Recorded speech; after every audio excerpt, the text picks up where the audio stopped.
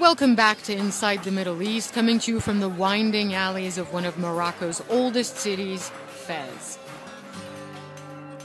There are new parts to Fez, of course, but at its center is the old bazaar. Sure, some of it is for tourists, like this square where vendors set up shop, mostly for an audience. But locals actually shop here. In fact, this is one of the most popular items sold in Fez, the babouche. It's the traditional Moroccan leather slipper. It has a distinct yellow hue, which comes from saffron, and it's a Fez hallmark. The perfect opportunity to do a spot of shopping. I kind of like these, actually. Et ça, c'est combien? But the babouche isn't just about fashion. It is a tradition here and an emblem of Morocco's oldest city. This is made in tanneries just a few alleyways away in the old Medina. They're made organically, and they're made, very importantly, by hand. And it's a process that's been around for literally centuries. We're talking about the way this leather was made, 500 years ago is the way it's being made today in this old city. We went to one of the tanneries to look at the back-breaking work involved in producing a single pair of leather slippers.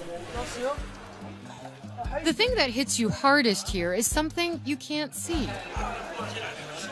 Over the colorful vats of the centuries-old tannery in Fez, it is the overwhelming smell of limestone, animal skins, blood, pigeon droppings. More on that in a moment. This is where leather is made in Fez, the very old-fashioned way. But make no mistake about it, it is tough work. 23-year-old Abdelhai started making leather at the Shwara tannery at 14. First, I spent some time with him where the dirty work happens, in the pits. This is the first step, he says. This is a skin that is brought from the market. First, we put it in this water basin. The hide, goat in this case, is cut open, soaked in water, limestone, and eventually a mixture including pigeon droppings to clean, treat, and soften the skin. Hopping from one vat to another, glad to get a little support, trying not to slip, and the young tanner takes a plunge in the vat.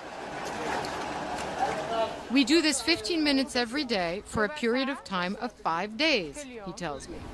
15 minutes every day for 5 days. It softens the leather.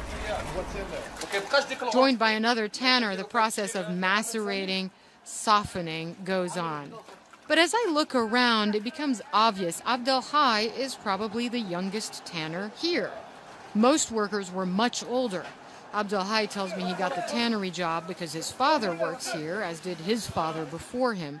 He takes me to meet his dad, up narrow stairs on an even narrower ledge, and into a dark room. هذا أبوك؟ مرحبا. مرحبا. That's his dad. This is really father to son. It's unbelievable. And he sits here all day and finishes these pieces of leather. But the practice might well end with this generation. Abdelhai admits the work is exhausting and that his friends would rather study than spend their days waist deep in smelly water, that he would have wanted to become a police officer, and that his real dream is to make it as a boxer.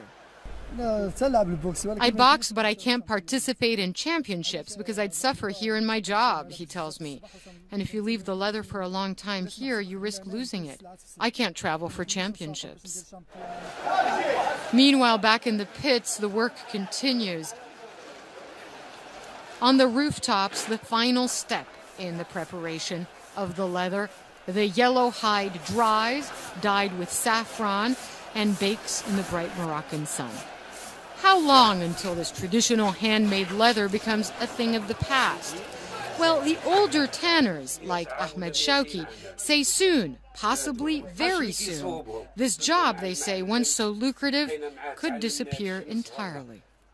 The young generation do not work here because the craft is so difficult, he tells me. They can't go into the water basins and carry water buckets because they are too heavy for them.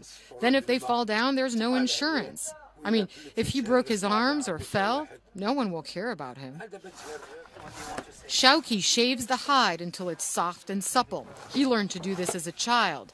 The most experienced of the workers here do this. It takes skill. In the alleyways of the Fez souk, there are fewer and fewer bright yellow slippers made of the leather that comes from the old tanneries. Nowadays, the slippers are made in factories, and plain old regular shoes are what most Moroccans wear now. Visitors touring Fez sometimes stop to check out the old tanneries. Perhaps soon, what all these old leather-making operations will become, wildly colorful tourist attractions. From high above the tanneries of Fez, that's going to do it for us and this edition of Inside the Middle East. Thanks for spending this time with us. If you'd like to catch us online, go to cnn.com/IME. We're also on Facebook and Twitter. You can find me on Twitter @Halagarani. Thanks for watching. Stay with CNN.